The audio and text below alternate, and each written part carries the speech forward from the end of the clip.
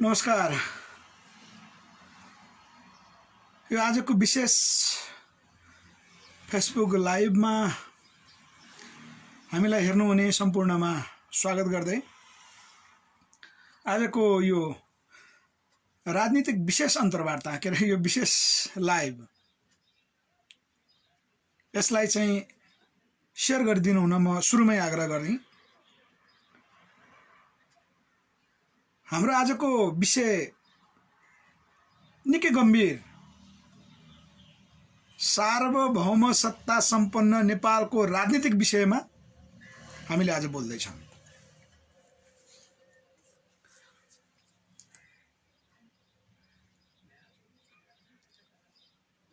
साथीहरुको प्रतिक्रिया आओस् भन्ने चाहन्छु। यो विषयमा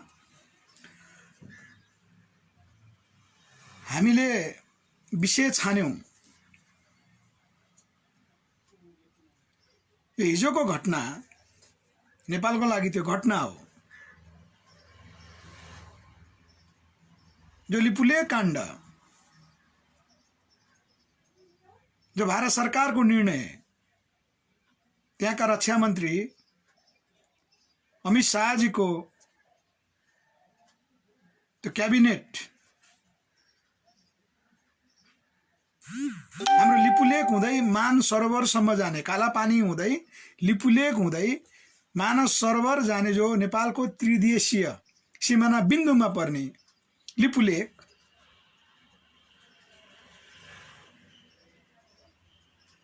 त्यो विषय नेपालको लागि एउटा योजनाबद्ध घटनाको रूपमा देखियो।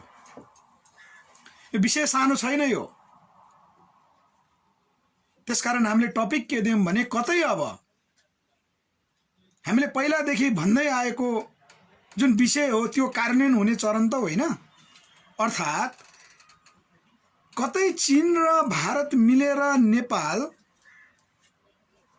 आफू अधीनस्थ पार्दै त छैनन्, अथवा नेपालको सार्वभौम सत्ता उनीहरूको कब्जामा राख्ने प्लान त होइन।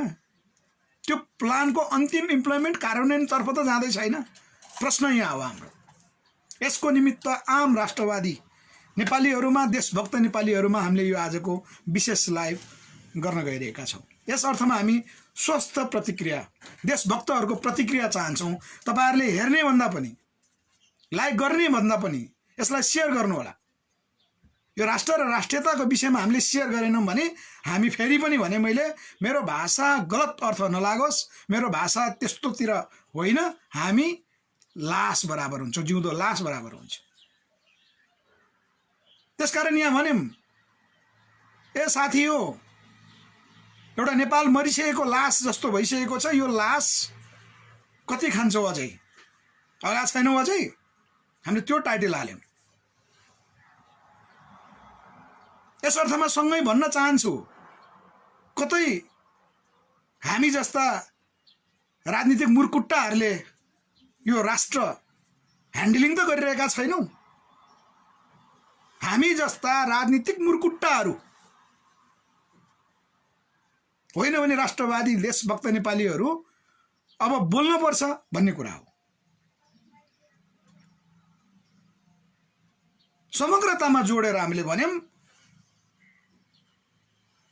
2+1 को कार्यान्वयन नेपालको हितमा देखेन। हामीले पहिलादेखि बोलेको यो कुरा हो। म यसैमा कोही लाइभमा आउनुभएछ, उहाँ साथीहरूले हेर्नु भएछ भने म चुनौती दिन चाहन्छु र यो आज त्यतातिर हामी नगए पनि यो भ्रम म छोटोमा जानकारी दिन चाहन्छु। एउटा अर्को पार्टी रहेछ, हाम्रो पार्टी भन्ने छुट्टै, तिनीहरूको विषयमा हामी जान्दैनौं। एमसीसी को सपोर्टर उनीहरू रहेछन्। हामीले सबभन्दा सुरुदेखि एमसीसी को आधिकारिक डकुमेन्ट बाहिर लिएर आएर चाहिँ एमसीसी नेपालको पक्षमा छैन, यसले चीन र भारतलाई समेत धक्का दिने योजना हो भनेर सुरुदेखि बोल्यौं। उहाँहरूलाई थाहा रहन्छ। फेरि पनि त्यसको न्यूमा हामीसँग न्यू खोज्ने साथीहरू, योजनाबद्ध साथीहरू आउनुहुन्छ। उहाँहरूलाई प्रश्न होस् र हामी एकपक्षीय या चीन या भारत या अमेरिका कसैको एक पक्षमा छैनौं। हामी नेपाल राष्ट्रलाई केन्द्रमा राखेर हामी आवाज उठाइरहेका छौं। यस अर्थमा हामीले भनेका छौँ 2+1 को सिद्धान्त जबरजस्त बस कसले पनि उठाएन। यस अर्थमा सामाजिक सञ्जालमा जति पनि साथीहरू आउनुहुन्छ सबै हाम्रो लागि मुर्दा बराबरै देख्छौँ हामी। मुर्दै हो। मुर्दा होइन भने आज नेपाल राष्ट्रको सार्वभौम अधिकारको एउटा टुक्रा हरण भइसक्यो। हामी गर्छौँ के? कोही माइका लालहरू हाम्रो पक्षमा उभिए जब हामीले भन्दै थियौँ, आजभन्दा अगाडिका त्यत्रा रेकर्डहरू थिए, हामीले भन्दै थियौँ चीन र भारत मिलेर नेपालमा नाकाबन्दी गर्छ भनेर हामीले बोलिरहँदाखेरि कोही माइका लाल राष्ट्रवादी नेपाली भन्नेहरू हामीलाई साथ दिन आउनुभयो? बोल्नुस्। तपाईहरू भन्नुहुन्छ राष्ट्रवादी देशभक्त।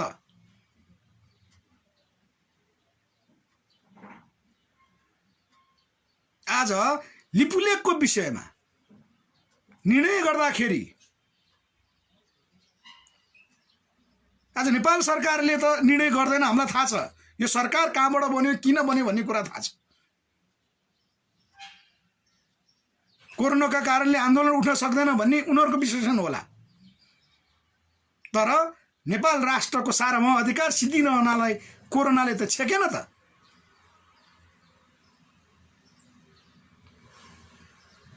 यसको निर्णय के हामी उल्ट्याउन सक्छौं? प्रश्न यहाँ हो।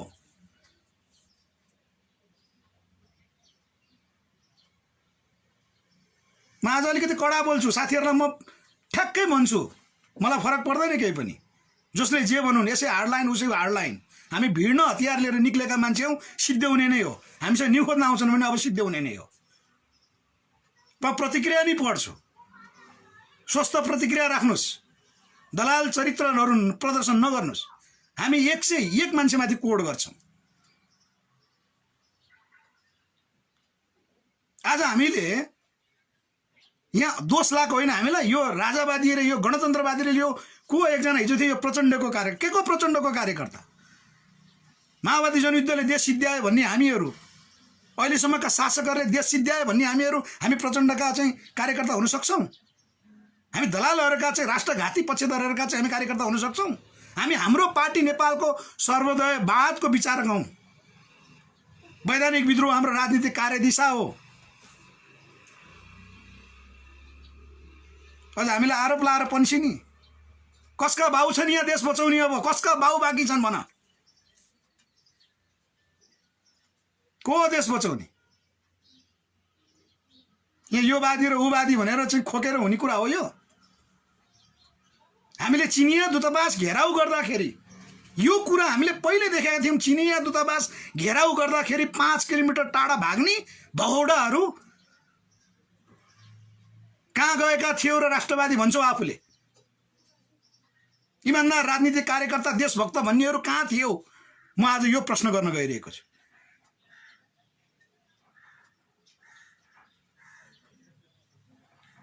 योजनाबद्ध रूपमा 7 साल पछिबाट नेपाललाई थिल थिल थलो थलो पार्दै पार्दै पार्दै पार्दै हामीले नागरिकताको मुद्दा उठायौँ। शक्तिशाली न्यायिक नागरिकता छानबिन आयोग गठन नगरिकन चुनाव हुँदैन, गर्नु हुँदैन भनेमा हामीले 74 को चुनाव पनि कसैले साथ नदिने। के भयो आखिर? तराईका निर्णायक शक्तिहरू भारतीय दलालहरूको हातमा पुगे कि पुगेन? अङ्गीकृत नागरिकताधारीहरूलाई प्रदेश प्रमुख बनाउँदा एकजना माइकलाल नबोल्ने यहाँ राष्ट्रवादी भनेर बस्नेहरू। आज लिपुलेखको विरोध सामाजिक सञ्जालबाट गरेर हुँदैन, हामीलाई थाहा छ। फिल्डमा भिड्न जाने भन्दा को भिड्न तयार हुन्छ? हामीले सिमानामा काँडे तारको कुरा आज कति गऱ्यौँ। यहाँ मान्छे गीत गाएर बस्छन्, सिमानाको गीत गाएर तारबार लाग्दैन। पत्रकारहरूले व्याख्या गरेर तारबार लाग्नेवाला छैन। पत्रकारहरूको कभरमा त यहाँ रिपोर्टिङ बुझाइन्छ, हामी त्यो पनि प्रमाण दिन्छौँ। अब के गर्नुहुन्छ यो पछि भनेर सबै सूचना लिने पत्रकारहरू, राष्ट्रघाती पत्रकार भन्छौँ त्यस्ता पत्रकारहरूलाई अब सूचना मात्रै लिने पत्रकारको भेषमा अब के गर्छौ भन्ने प्रश्न सोध्नेहरू हामी नोट गर्नेवाला छौँ। जब हामीले चीन र भारत मिलेर नेपालमा नाकाबन्दीसम्म लाउन सक्छ, अब राष्ट्रवादी शक्ति तयार हुनुपर्छ भनेर बस उठायौँ। हामीसँग साथीहरू कोही जोडिन चाहनु भएन, भएका साथीहरू पनि भाग्नु। योभन्दा पहिला कालापानीको मुद्दा उठ्दाखेरि हामी भारतीय दूतावास घेराउ गऱ्यौँ, चिनिया दूतावास घेराउ गर्दा 5 जना साथीहरू आउनुहुन्न। आएका साथीहरू 5 किलोमिटर टाढा बसेर चाहिँ भन्नुहुन्छ, अझ जिस्काउँछन् पछाडिबाट तपाईँहरूका कार्यकर्ता खोइ मान्छे खोइ। राष्ट्रवाद देशभक्त भनेको एकजनाबाट हुन्छ। पृथ्वीनारायण शाह सुरुमा एकैजना थिए, भीमदत्त पन्त एकैजना थिए, क्रान्तिकारीहरू एकैजना हुन्छन्, विश्वको इतिहास एकैजनाबाट लेखिन्छ।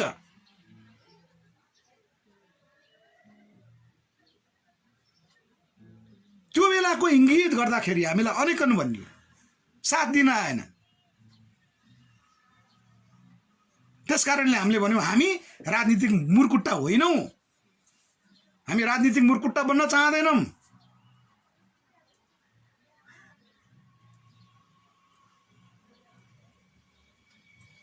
सबैलाई संज्ञा दिँदा दिने हो भने आफै एक्लैले गरेर देखाइनु भयो, आफू मात्र जिउँदै हो, लासै हो।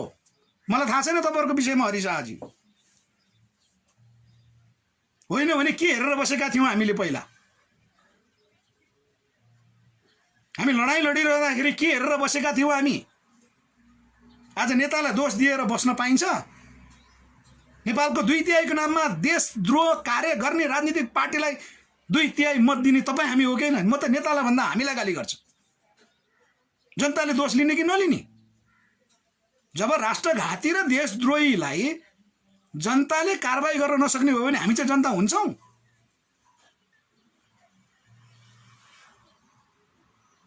देश बनाउने ठेक्का लिएको हेक्का नगर्नु होला। देश हामीले बनाउने हो, के को ठेक्का? हामी ठेक्का लिन्छौँ देशको। राष्ट्रवादी देशभक्तले ठेक्का लिन्छौँ। आइडी मलाई थाहा छैन, यहाँ कयौँका डुप्लिकेट आइडी कार्यक्रमले पेश गर्ने हो, आइडी देशभक्त कार्यले गर्ने हो, आइडी बन्ने हो। यहाँ नाम जसका चे हुन्,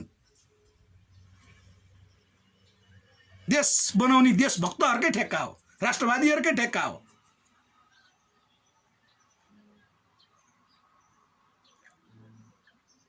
होइन भने हामीले के भन्यौँ? 2007 साल पछिका राष्ट्रघाती सन्धि सम्झौता खारेज नगर्ने हो भने नेपाल बाँकी रहँदैन। औपचारिक रूपमा चिनिया राष्ट्रपति र भारतीय प्रधानमन्त्री कार्यकारी बीच चाहिँ 100 वर्षको स्ट्राटेजीमा 2+1 को सिद्धान्त नेपालमा लागू हुन्छ भनेर घोषणा गरिरहँदाखेरि एकजना नबोल्नेहरूलाई मरेको मान्छे नभने के भने हामीले? भन्नुहोस्, व्याख्या गर्न सक्नुहुन्छ 2+1 को? नेपालमा चिनिया राष्ट्रपति आएर गरेको चाहिँ सम्बोधन हो कि होइन? अझ तपाईँहरूलाई चाहिँ मुर्दा भन्दाखेरि चाहिँ तपाईँहरूलाई व्यक्तिलाई इङ्गित गरे जस्तो कुरा नगर। यहाँ हाम्रो विचार हो, यो हाम्रो लडाइँको चाहिँ मुर्दा हो। हामी कम्तीमा सामाजिक सञ्जालमा बोल्नुपर्छ, प्रदर्शन गर्ने ठाउँमा गर्नु पर्यो। हामीले पटक पटक भनेको कुराहरूलाई चाहिँ सुन्नु पर्यो।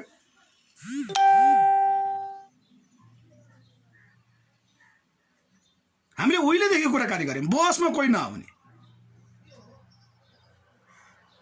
मलाई सबभन्दा पछिल्लो चरण अचम्म लागेको, चिनिया दूतावास सबभन्दा पहिलोचोटि हामीले बोल्यौँ, त्यहाँ साथीहरूले पछि प्रतिक्रिया दिए। अझ हामीलाई जिस्काउनेहरू, दलालहरू, हाम्रा साथीहरू, मेरै सँगै बस्ने साथीहरू दलालहरू, देशभक्तहरू, राष्ट्रघातीहरू तिनीहरू हुन् जसले हामीलाई जिस्काए। आज लिपु लेक नेपालको विषयमा भारतले पुनः, योभन्दा पहिला 15 सालमा म अलिकति चिनियाहरूको चाहिँ अलिकति इतिहास बताउँछु। सन् 2050 मा त्रिदेशीय बिन्दु हाम्रो लिपु लेकलाई चाहिँ भारत र चीनको व्यापारिक नाकाको रूपमा उनीहरूले हस्ताक्षर गरे। यहाँ राष्ट्रभक्त भन्नेहरू म आज प्रतिक्रिया धेरै हेर्न भ्याइरहेको छैन। मैले हाम्रो कुरा राख्छु, म तपाईँहरूको प्रतिक्रिया सबै हेर्छु।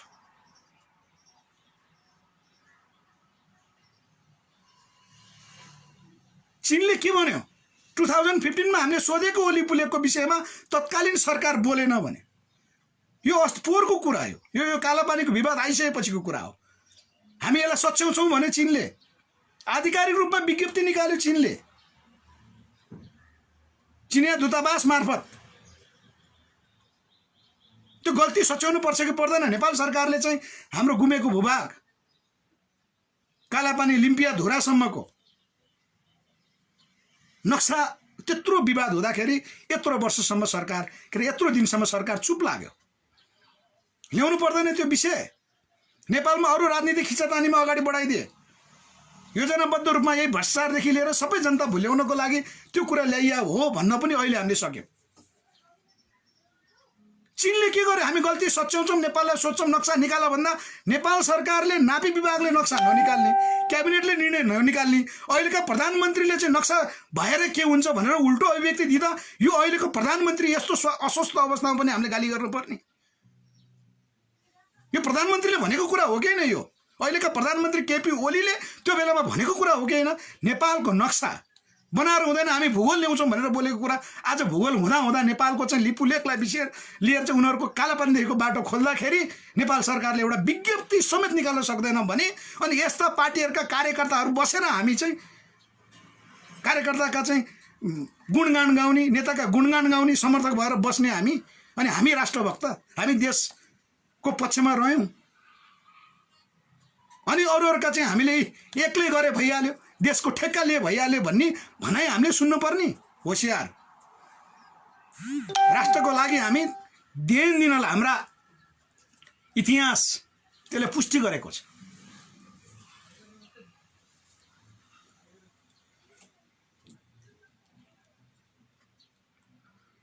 देश कहाँ छ, कहाँ एमसीसी भनेको छ, कहाँ बीआरआई भनेको छ, 2+1 को सिद्धान्त लागू गर्छौँ भनेका छन्। एकपल्ट प्रचण्डले चाहिँ 2+1 मान्दैनौँ, हामी 3-in-1 मा जान्छौँ भन्दा त्यसपछि प्रचण्डको बोलीहरू पनि हराए। तिनका कार्यकर्ताहरू, अहिले नेकपाका कार्यकर्ताहरू, अरू पार्टीका कार्यकर्ताहरूले के हेरेर बसे? हामीले भन्यौँ 11 सालदेखिको राष्ट्रघाती सम्झौता, 2011 सालको कोशी सम्झौतादेखि, महाकाली सम्झौतादेखि अहिलेसम्म आइपुग्दाखेरि हाम्रो सुस्तादेखि, कालापानीदेखि लिएर गण्डक सम्झौताका सारा चिजहरूदेखि लिएर हुँदा हुँदा प्रचण्ड प्रधानमन्त्री हुँदा भारतमा गएको बेलामा समेत सम्झौता गरेका सारा कुराहरू चाहिँ राष्ट्रघात, देशद्रोह भयो भनेर त्यत्रो प्रमाण पेश गर्दाखेरि अझ हाम्रो 2/3 सरकार हामीले भन्ने र तिनका कार्यकर्ताहरू नाक फुलाउने, यही हो राष्ट्रवाद। हाम्रो आक्रोश यहाँ हो। त्यसकारण आह्वान गरौँ, युवाहरू अगाडि बढौँ, हामी लिड गर्न तयार छौँ। कोरोना हाम्रो लागि, देशको लागि, राष्ट्रको लागि, नेपालको लिपुलेख गुमेको अवसरमा कोरोना हाम्रो लागि ठुलो कुरा नमानौँ। कोरोनालाई छिचोलेर आन्दोलन नजाउँ। भारतीय दूतावास पनि घेर्ने कार्यक्रम गरौँ, चिनिया दूतावास पनि घेर्ने कार्यक्रम गरौँ। यति गर्दा पनि सडकमा नआउने हो भने हामी मुर्दा हो कि होइन? अहिलेको साथीहरूले भन्नुभएको थियो कि हरिसागी, कि उहाँलाई म प्रश्न गर्न चाहन्छु। बेसरमको कुरो, नेपालको चाहिँ सार्वभौम सत्ता हेर्नुहोस् त, हिजोको चाहिँ घटना हेर्नुहोस् त। चिनिया कोही यहाँ अधिकारीहरू चाहे चाहिँ त्यहाँ एउटा पर्यटककै रूपमा आए पनि उनीहरूलाई थाहा छैन चिनिया जस्तो राष्ट्र, चिनिया जस्तो अहिले विश्वको चाहिँ सबभन्दा अग्रजतर्फ अगाडि बढेको राष्ट्रका नागरिकलाई थाहा छैन यहाँ कि यो अन्तर्राष्ट्रिय कानुनदेखि लिएर सबै चाहिँ थाहा भएका कुरा हुन्छ नि, हुँदैनन्। जबकि चीन जस्तो सेन्सिटिभ,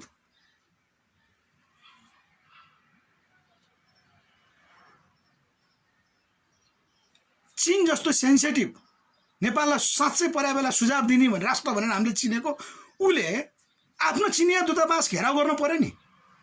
औपचारिक केही होइन। हाम्रो नेपालमा के अरे नेपालीहरू पनि विदेशमा अलपत्र परेका छन् कि छैनन्? नेपाल सरकारले आह्वान गरेको छ त्यहाँका सम्बन्धित दूतावासमा सम्पर्क गर्ने, नेपाल ल्याउने प्रोसेस, अनि सरकारले सरकारसँग कुराकानी गर्ने हो। जबकि चिनियाहरूलाई चाहिँ योजनाबद्ध रूपमा पठाइयो या के पठाइयो? सिंहदरबार घेर्न जाने हो त्यहाँ। त्यो भन्न सक्छौँ हामीले, चिनियाहरू आफैले त्यहाँ गरे। अरूको देशमा घुम्न जाने पर्यटकै मानौँ कि चिनियाले बिना गाइडलाइन पठाउँछ त्यसै? तिनीहरू किरा मकौडा त होइन होला नि।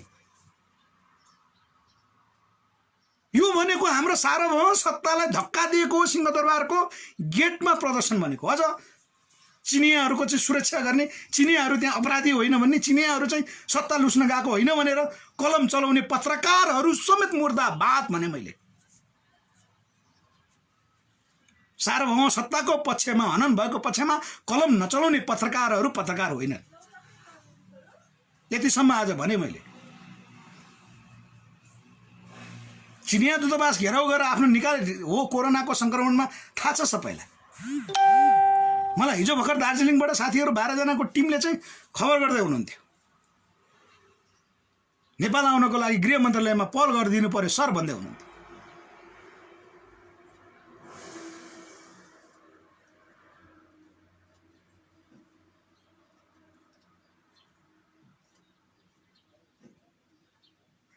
आज चिनियाहरूले चाहिँ नेपालको सत्ता कब्जा गरिरहँदाखेरि हाम्रो मौलिकता सहितको बजार नेपालको चाहिँ एउटा मौलिक होकेन ठमेल, आज ठमेल चिनियाहरूले कब्जामा गरेर आखिर त्यो नेवारी जातिहरूको त्यहाँ हेर्नुहोस् कति त्यो के भन्छ त्यो मलाई थाहा छैन, त्यो नेवारहरूको चाहिँ थल हो, वरिपरि घर बिचमा खाली भएको, एउटा बुद्धिस्टहरूले बढी त्यो मान्छन्, के अरे हिन्दूहरूको नि त्यो के हो मलाई थाहा छैन, नेवारको त्यत्रो कल्चर भएको ठाउँ आज नेपालको चाहिँ पर्यटन केन्द्र भनिरहँदाखेरि त्यत्रो चाहिँ स्थापित ठमेल आज चाहिँ कहाँ सर्यो? हाम्रो चाहिँ विश्वबाट घुम्न आउने पर्यटकको लागि केन्द्र हो, त्यो मौलिक पहिचान थियो नेपालको, पर्यटनहरूको केन्द्र थियो ठमेल। हाम्रो चाहिँ दरमार्गदेखि हनुमान ढोका, आज त्यहाँको बजार आज चाहिँ झम्सिखेलमा सर्यो। साराका सारा चिनियाहरूको कब्जामा गइसक्यो भने हामीले पटकदेखि हुँदा राष्ट्रको चाहिँ आज सार्वभौम अधिकार समेत हनन भइसक्दा न सरकार बोल्छ न हामी कार्यकर्ता बोल्छौँ, अनि भन्छौँ 2/3 सरकारको म कार्यकर्ता, अनि भन्छौँ हामी मुर्दाहरू, त्यस्ता साथीहरू मुर्दा हौँ, म पनि मुर्दा हो, हामी राजनीतिक नेतृत्व मुर्कुट्टै हौँ, हामीसँग तर्सेछन् सबै।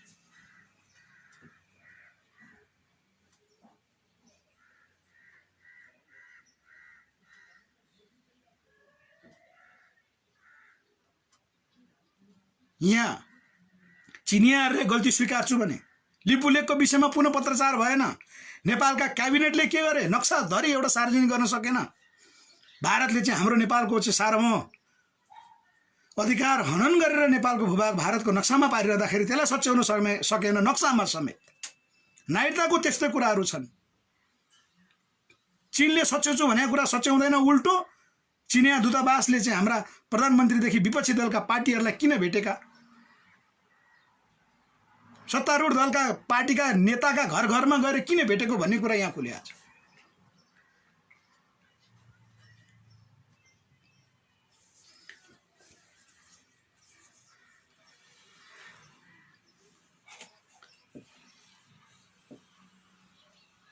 यति हुँदा पनि हामी देशको पक्षमा हुने हो,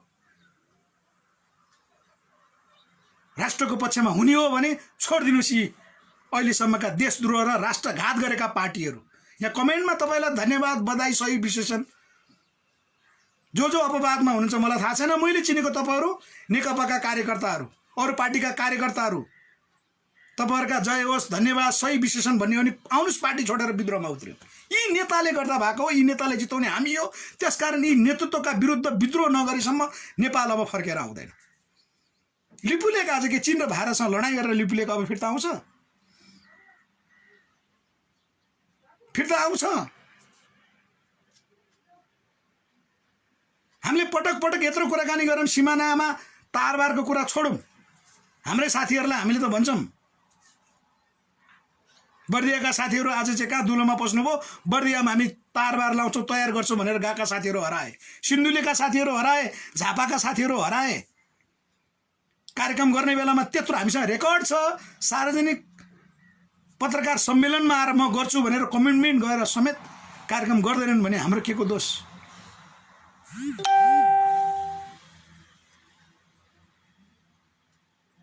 ल के आयो? नरनाथ गौतमजीले ढिलो आयो, कडा आयो, छोडिदिनुहोस् यस्ता भाषा। म खिसीटिरी जो पाए त्यही व्यक्ति होइन। विद्रोहमा उत्रिने आँट गरौँ, तपाईँ नै हो, यो देशद्रोही सत्ताको सपोर्ट गर्ने तपाईँ नै हो, मैले हेरिरहेको छु। घोषणा गर्न सक्नुहुन्छ आजबाट म यो पार्टीको सपोर्टर होइन, घोषणा गर्न सक्नुहुन्छ, गर्नुहोस्। होइन भने तपाईँका यस्ता शब्दका हाम्रो लागि अर्थ हुँदैन। जन्मिन्छन् साथीहरू, देशलाई पटक मारिरहँदाखेरि अब हामी देशका चाहिँ बच्चाहरू सही हुने कुरा भएन।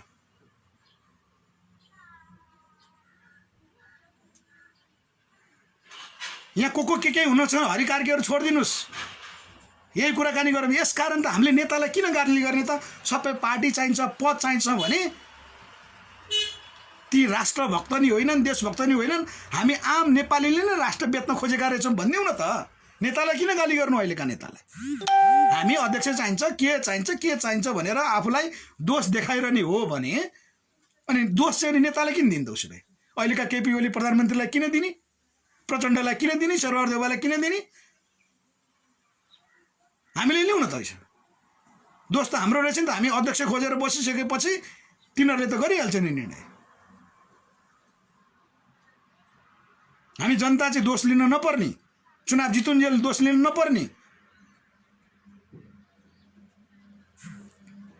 यसकारण यो आजको आक्रोशपूर्ण राष्ट्र सिद्धिको समयमा मैले भने विद्रोहको बाटो जबरजस्त खनिँदैछ। देश चीन र भारतको कब्जामा गयो, आर्थिक रूपमा गइसक्यो। मैले प्रमाण पेश गरेँ। फिर्ता ल्याउन सकिन्न। अब फिर्ता ल्याउन सकिन्छ त एकैचोटि संविधान बदलेर सकिन्छ।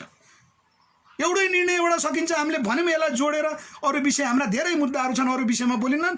एउटै निर्णय देशभक्तहरूको हामीले अहिले PIC को जनताको स्वतन्त्र आयोगको एउटा बहस गरिरहेका छौँ।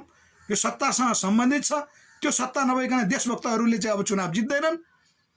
एउटै निर्णय यस्ता पार्टीहरू, हामी जस्ता पार्टीहरूको एउटै निर्णयले काम गर्छ।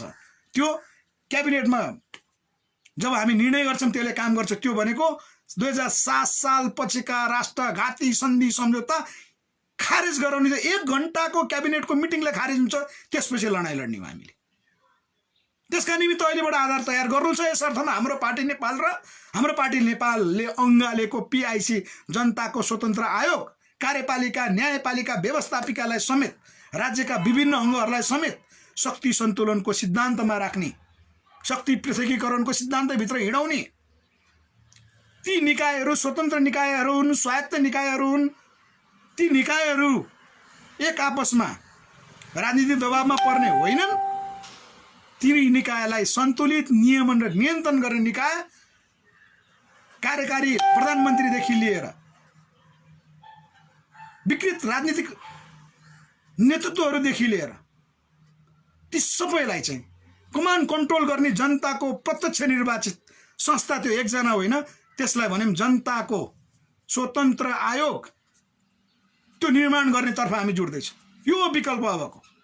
त्यसकारण गलत राजनीतिक नेतृत्वहरू उहाँहरू सुध्रिँदैनन् भन्ने कुरा हामीले अहिले पनि किटान नगर्ने हो भने अब सुध्रिन्छन् कहिले? के नेपाल हामी सिद्धिसकेपछि सुध्रिने? सिक्किमेली जनताहरू चाहिँ 1 घण्टाको बिचमा भारतीय नागरिक भइसकेपछि सुध्रिन सके? तिब्बतियन त्यो बेलाको चिनिया भइसकेपछि तिब्बतियन सुध्रिन सके? कि नेपालको अस्तित्व सिद्धिएपछि हामी उठ्ने? यो हुन सक्दैन। यो बरु आहुति दिने हो, आत्मदाह गरेर मर्न बेस बरु। नेपाल आमाको हामीले ऋण तिर्नको निमित्त नेपाली नागरिक भएर जन्मिसकेपछि नेपालको भूगोल चुडिँदा अहिलेको जस्तो चाहिँ एउटा विश्व, एउटा नयाँ युगमा अगाडि बढिरहेको ठाउँमा यो साम्राज्यवादी समय पनि होइन, त्यो युग पनि होइन, भूगोल सानो र ठुलो बनाउने युग पनि होइन। होला टिबेट र चीन एकै भयो भोलि अब सिक्किम भारतमा अस्ति भर्खर गाभ्यो सिद्धियो। नेपाल त्यस्तो होइन। नेपाल संयुक्त राष्ट्रसङ्घको स्वतन्त्र राष्ट्र, संयुक्त राष्ट्रसङ्घको सदस्य, विश्वमा मौलिक पहिचान भएको सबभन्दा पुरानो अस्तित्व बोकेको, आफ्नो मौलिक इतिहास सहितको, आफ्नो लिपि सहितको चाहिँ अधिकार बोकेर परिचय बोकेको नेपाल यो हराउन सक्दैन। यस अर्थमा यहाँका म्यानेजमेन्ट, यहाँका व्यवस्थापन, यहाँका प्रशासन, यहाँका सुरक्षा, यहाँका परराष्ट्र नीतिदेखि लिएर समग्र देशको नीति यदि चीन र भारतले नै बोकिदिने जस्तो स्थिति भयो भने अहिले त्यही देखिरहेछन् हामी कसरी नेपाली हुन सक्यौँ, हाम्रो अस्तित्व के रह्यो, प्रश्न यहाँ हो।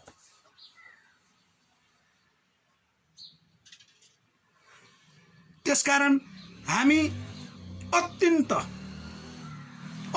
अन्तिम अवस्थामा छौँ। सम्पूर्ण तयारीहरू सिद्धिसकेका छन्। बाँकी रह्यो देशभक्त राष्ट्रवादीहरूको सङ्गठन। वैधानिक विद्रोहको राजनीतिक कार्यदिशा, यो सरकार सुध्रिँदैन भन्ने कुरो आइसक्यो। कोरोना जस्तो चाहिँ अहिले जुन महामारीको समयमा त्यहाँभित्रका सन्तुलन, देश एकातिर, जनता एकातिर, नेपाली जनता विश्वभर अब हामी बाहिर आउँदैनौँ, बरु नेपालमा चाहिँ खेती गर्न तयार छौँ, नेपाल फर्कौँ भन्दा नेपालले पहल कदमी लिँदैन। तर नेपालमा चाहिँ एउटा घुम्न आएको पर्यटनले चाहिँ सिंहदरबार हल्लाइदिन्छ। तिनीहरूका पक्षमा चिनियाहरूका पक्षमा कलम चल्छन्, हाम्रा पक्षमा कलम चल्दैनन्। यतिको इन्टरभ्यू लिने पत्रकारहरू नेपालमा छैनन् हाम्रो। त्यसकारण सामाजिक सञ्जाल हाम्रो सबभन्दा ठुलो अब्बल मिडिया हो।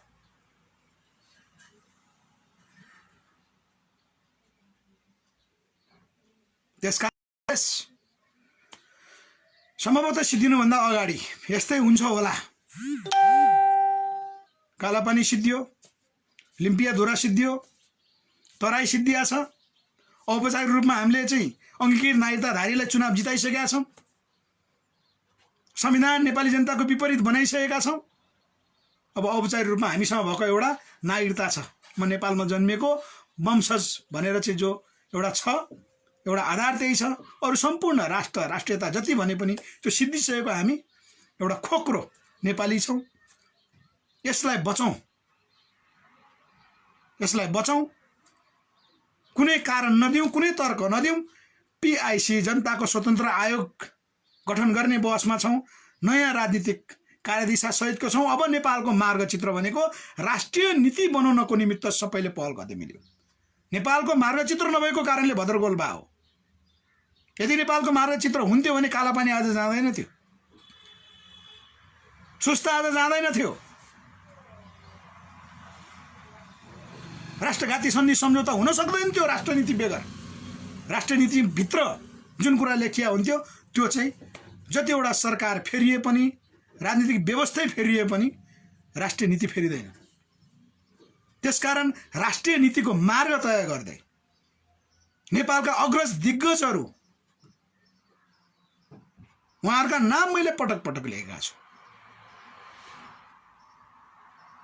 उहाँहरू सम्मिलित विषय विज्ञहरूको टिम नेपाली जनताले चुन्नुहुन्छ। त्यो PIC को चाहिँ एउटा संस्था गठन हुनेछ। त्यो नेपाली जनताले साथ दिएको अवस्थामा मात्र हुन्छ। यी खराब नेताहरूलाई नजिताइकन यो PIC गठन गर्छु भन्ने देशभक्त राजनीतिक नयाँ पार्टीहरू उहाँहरूलाई जितायो भने मात्रै पुरा हुनेवाला छ। र देशका दिग्गज व्यक्तित्वहरू सम्मिलित देशको सबभन्दा सर्वोच्च संस्था जो परिकल्पना गरिरहेका छौँ, त्यो संस्था त्यो एकजनाको होइन, त्यो बहु नेपाली जनताले चुनेका विषय विज्ञहरूको एउटा टिम, त्यो न्यूनतम हुनसक्छ 21 देखि 50 जनासम्मको त्यो संस्थाले ह्यान्डल गर्ने हो भने नयाँ नेपालको चाहिँ खाका पनि बन्छ, नयाँ प्रणाली पनि हुन्छ। यस्ता देशद्रोह र राष्ट्रघाती कार्य गर्नेहरूलाई सजाय दिने दिन त्यो बेला आउनेछ। यसको निमित्त 7 सालदेखिको राष्ट्रघाती सम्झौता खारेजदेखि लिएर अहिलेसम्म NGO INGOदेखि खारेजदेखि लिएर शिक्षक र निजामती कर्मचारीहरूलाई राजनीतिबाट वञ्चित गर्नेदेखि लिएर गलत ट्रेड युनियनको नाममा यहाँ राजनीति गर्नेहरू, नेपालको उत्पादनमूलक उद्योग धन्दा कल कारखाना बन्द गर्ने संस्थाहरू, त्यस्ता सम्पूर्ण ट्रेड युनियनहरू खारेज गर्दै नयाँ नेपालको खाका बनाउनतर्फ अगाडि बढ्नु छ। यो नभयो भने अब हामी सम्भवतः आजसम्म नेपाली भएर रह्यौँ। अब हाम्रो अस्तित्व नरहने देखिन्छ। नेपालीको जनसङ्ख्याभन्दा अरू विदेशीको नागरिकताको जनसङ्ख्या धेरै भइसक्यो। अब भोटिङ गर्दा अब चुनावमा पनि के हुने भयो? नेपाली अल्पमतमा पर्ने भयो भनेको नेपाल फिजीकरणतर्फ जाने हुन्छ। जब नेपाल फिजीकरण हुन्छ, भुटानीकरण भनेको नेपालको परराष्ट्र र सुरक्षा नीति यसै उसै हुन्छ। नेपालको सुरक्षा र परराष्ट्र नीति औपचारिक रूपमा उनीहरूको हुन पनि परेन याद।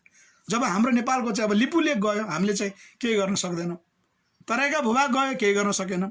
नेपालको सिमाना 81 ठाउँमा चाहिँ विवादमा पर्यो, केही गर्न सक्दैनौँ। नेपालको अर्थनीति नै ध्वस्त भयो, केही गर्न सक्दैनौँ। नेपालको मौलिक उपचार पर्यटनको केन्द्र ठमेल गयो, केही गर्न सक्दैनौँ। नेपालका उद्योग धन्दा उत्पादनमूलक नेपालको चाहिँ एउटा आधार, सबभन्दा मजबुत अर्थतन्त्रको आधार, GDP को आधार भनेको उत्पादनमूलक उद्योग धन्दा हो। सम्पूर्ण बन्द गरेर राणा शासनमा खोलिएको उद्योग समेत बन्द गरियो। यति गर्दा पनि हामी 2/3 सरकार छ, यो स्थायी सरकार भन्ने अब ती मुखहरूलाई राष्ट्रघाती भनेर सम्बोधन गरौँ। म मेरै नजिकको साथी भयो भने राष्ट्रघाती भन्छु, मेरै नातेदार भए पनि सायद म राष्ट्रघाती देशद्रोही मसँग नपर भन्छु। भलै हामी सडकमा बौलाएर हिँडौँला, हिँड्छौँ नै बौला, अहिले हामीलाई बौला भन्छन्। यही कमेन्टमा हेर्नुहोस्, यही एउटा प्रण हो हाम्रो। देशद्रोह गरेर बाँचिँदैन, राष्ट्रघात सहेर बसिँदैन। बरु नेपाल आमा सिद्धिरहँदाखेरि हामी पनि सँगै सतै जान्छौँ भने हो। त्यही हो कुरा। यति भन्दै यो कोरोना सिद्धिने बित्तिकै यहाँ जति जे हुन्छ आवाज उठाउँदै जाउँ, जसले जे सक्छ त्यो गर्दै जाउँ। बृहत्तर बहसमा आएका छौँ, त्यो बहसमा गोलबद्ध हौँ। अब हामी सडकमै निक्लिन्छौँ, औपचारिक रूपमै छौँ। सामाजिक सञ्जाल हाम्रो एउटा माध्यम छ प्रचार प्रसारको। हामी आउँदैछौँ, सबैजना चाहिँ नयाँ तरिकाबाट सङ्गठित हौँ। देशको एउटा इमान्दार एउटा छोरो एउटा छोरी यो देशको नागरिक भएर चाहिँ आफू बाँच्न सकौँ। यति भन्दै मैले आजको अलिकति भनाइहरू, हामीले गरेका आन्दोलनहरू, अहिलेसम्म गरेका चाहिँ कार्यहरूको स्मरणसहित जति सेयर गर्नुपर्छ मैले गरेँ। अब आजको यो प्रतिक्रिया मैले धेरै पढ्न सक्ने सम्भावना देखिनँ है। अब अगाडि केही साथीहरूले के भन्नुभयो। मैले धेरै साथीहरूलाई, चिनेका साथीहरूलाई भन्न पनि सकिनँ। समग्रतः प्रतिनिधिमूलक रूपमा भने नरनाथ गौतमजी, तपाईँलाई मैले माफ माग्दै भने व्यक्तिगत रूपमा तपाईँ क्रान्तिकारी भएको हुनाले नरनाथजीलाई मैले भने तपाईँ क्रान्तिकारी मान्छेको यति भनेर तपाईँलाई छुँदैन है, प्रवृत्तिलाई भने हो। त्यो तपाईँको प्रवृत्ति होइन है, तपाईँको नाम लिँदाखेरि अरूलाई भने हो। त्यो तपाईँ माध्यम भइसक्नु भएको छ, तपाईँ सम्मानित। अहिलेसम्म एउटा चाहिँ तपाईँ एउटा जनयुद्धको घाइते मान्छे होइन। मैले तपाईँको प्रतिनिधि नाम ल्याएको, तपाईँलाई देखाएर भने तपाईँ दोषी होइन। अरू साथीहरूको नाम लियो भने मलाई मार्छन्, गाली गर्छन्। त्यसकारण तपाईँ क्रान्तिको बाटोमा हुनुभएको हुनाले मैले तपाईँको नाम लिएको। प्रवृत्तिलाई गर्न खोज्दाखेरि यहाँ भएकै नामलाई गाली गर्यो भन्ने हुन्छ भनेर मैले ल्याऊ है। यति भन्दै अब मैले प्रतिक्रिया के पढौँ।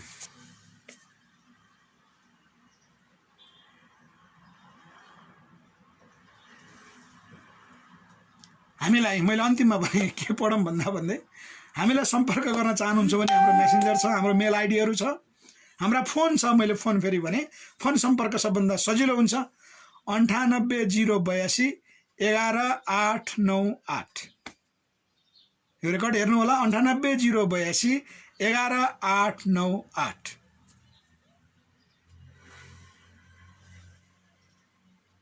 यसमा सम्पर्क गर्नु होला। हाम्रा मेल आइडीहरू छन्, मेसेन्जर छन्। हामीलाई खोज्ने हो भने सहजै भेटघाट हुनसक्छ। बस खोज्ने कि नखोज्ने, चाहने कि नचाहने। अब हामी अन्तिममा मैले शब्द टुङ्ग्याएँ, मैले प्रतिक्रिया पढेर भ्याइनँ। म पछि तपाईँलाई रिप्लाई अवश्य गर्छु। कृष्ण सिमखडा सरको एउटा नम्बर पुगेर 98 082 11 98 होइन 11 898 मेरो लेख्नुभयो होला। 98 082 11 98 होइन 898 है। 11 पछि 898 सच्याउनु होला। हामी देशभक्तहरूको अब मोर्चा बनेन भने राष्ट्रघात देशद्रोह गरेर उदाएका पार्टीहरू अहिले जस्तै इमान्दार नेपाली जनतालाई कुल्चेर अगाडि बढ्छन्। तर हामी फेरि पनि यसै गरी पिल्सिरहने हो जो 2007 साल पछाडि भयो। यति भन्दै नरनाथ गौतमजीले फोन नम्बर दिनुभएको छ। सम्भवतः तपाईँको सम्पर्क होला जस्तो लाग्छ मलाई, नभए मैले पुण्यजीसँग नि लिन सक्छु। तपाईँलाई यो नम्बर म नोट गर्छु। देश विदेशबाट जति साथीहरूले हेर्नुभयो आज यहाँ कुराकानी मैले धेरै एउटा आक्रोश पनि हो, एउटा रिपोर्टिङ पनि हो।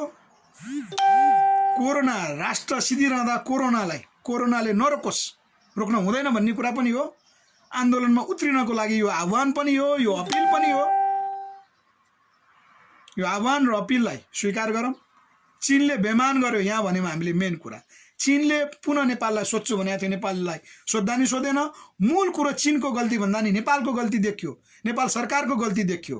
नेपालको सरकारले कम्तीमा एउटा नक्सा सार्वजनिक गर्दै भए आज लिपुलेकको बाटो भारतले चाहिँ ओपनिङ गर्न सक्दैन थियो होला, उद्घाटन गर्न सक्दैन थियो होला। यो मूल कारण नेपालको सरकार हो, यो अहिलेको सत्ता हो। यही नम्बर मेरो यही हो, यो सत्ता हो। त्यसपछि हाम्रा छिमेकी देशको हेपा प्रवृत्ति पनि नबनाऊ। उनीहरूको त घोषित नीति हो 2+1 को सिद्धान्त नेपालमा लागू हुन्छ, हामी त्यसलाई टेकेर जान्छौँ भन्ने कुरा उनीहरूले घोषणा गरेर गएका छन्। यसको हामी विरोधी हो। नेपाल राष्ट्र यहाँको एउटा शक्ति हराएको छ। यहाँ विदेशीले खेली तिलो बनाई यहाँ राष्ट्रघाती र देशद्रोही नेताहरूलाई स्थापित गराइदिएकै हो। त्यसका राजनीतिक संरचना बनाइदिएकै हो, संविधान त्यही अनुसारको बनाइदिएकै हो। यसलाई बदल्ने दायित्व नेपाली जनताको, हामी नेपाली नागरिकको, नेपाली सपुत अब हुने हो भने, सच्चा इमान्दार हो भने अब बदल्ने दायित्व हाम्रो भन्दै म बिदा भएँ। फेरि पनि अर्को लाइभमा म आउनेछु। म पहिला सूचना जारी गर्नेछु भन्दै PIC को विषयमा एकपल्ट अध्ययन गरिदिनु होला। जनताका स्वतन्त्र आयोगले के गर्छ भन्ने कुरा हामीले बोलेका छौँ। त्यो टिमका साथीहरू हामी छौँ। कतिपय साथी विदेशमा हुनुहुन्छ, कतिपय साथी हामी स्वदेशमा छौँ। PIC एउटा हो, योभन्दा ठुलो कुरो अहिले राष्ट्र र राष्ट्रियताको समस्या विकास भएर आयो। यो भन्दै म बिदा माग्छु। सबैको जय होस्।